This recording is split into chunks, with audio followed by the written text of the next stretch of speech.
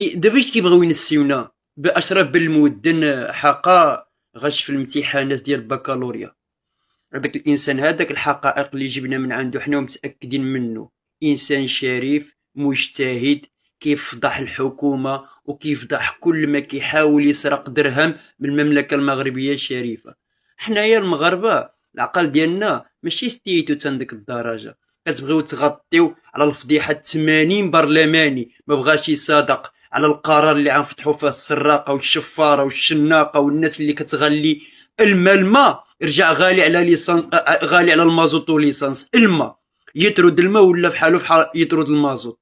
فيما غي توصلونا فاي؟ ولا ضروري نبقاو نخرجوا ونشوفوا؟ ما فهمناش دابا واش اشرف بن المودن هو العيب الكبير اللي تحرم منه تقريبا 75% ديال الشعب المملكه المغربيه الشريفه؟ راه كلشي دراوش. ثم النصابات الحكومه شحال بكم؟ شي 20% في المملكه، 80% اللي باقيين دراوش. يعني 20% محرمه الحياه على 80%. المهم اشرف بن المودن راه ما يطيحش بالقيمه ديالو على امتحان البكالوريا. راه هذا غير فخ نصبتو وهلو باش حنا نبقاو تابعينكم. وحنا ماشي راعيه، حنا مغاربه واعيين قرينا وعارفين شني كانوا. ما عاد تقولش علينا قازت علينا شحال هذه في انتخابات، وانتخابات هي مجة ان شاء الله.